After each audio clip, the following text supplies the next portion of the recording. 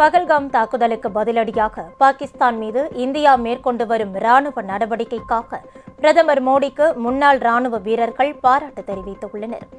தமிழக பிஜேபியின் தலைமை அலுவலகமான கமலாலயத்தில் கட்சியின் துணைத் தலைவர் VP துரைசாமியுடன் முன்னாள் ராணுவ பிரிவு தலைவர் AM ராமன் செய்தியாளர்களை சந்தித்தார். அப்போது பகல்காம் தாக்குதல் நடந்த 15 நாட்களில் மோடி அரசு வெற்றிகரமாக எதிர்த்தாக்குதல் நடத்தியுள்ளது.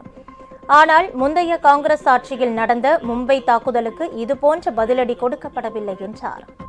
அத்தகைய ஒரு வீர செயலை ஒரே ஒரு மனிதர் தான் செய்ய முடியும், அது நரேந்திர மோடி என்பதனை நான் தெரிவித்துக் கொள்ள ஆசைப்படுகின்றேன்.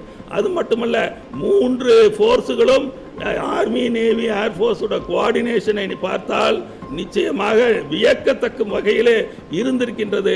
அவர்களுக்கு பாராட்டு தெரிவிக்கும் வகையிலே அனைத்து வீரர்களுக்கும் நாங்கள் எல்லோரும் சல்யூட் செய்கிறோம் என்று சொல்லும் வகையிலே, நன்றி தெரிவிக்கும் வகையிலே நாங்கள் எல்லோரும் இங்கே அமர்ந்து தமிழக மக்களுக்கு கூறிக்கொள்ள ஆசைப்படுவதெல்லாம் நாடு ஒன்றாக இருக்க வேண்டும்,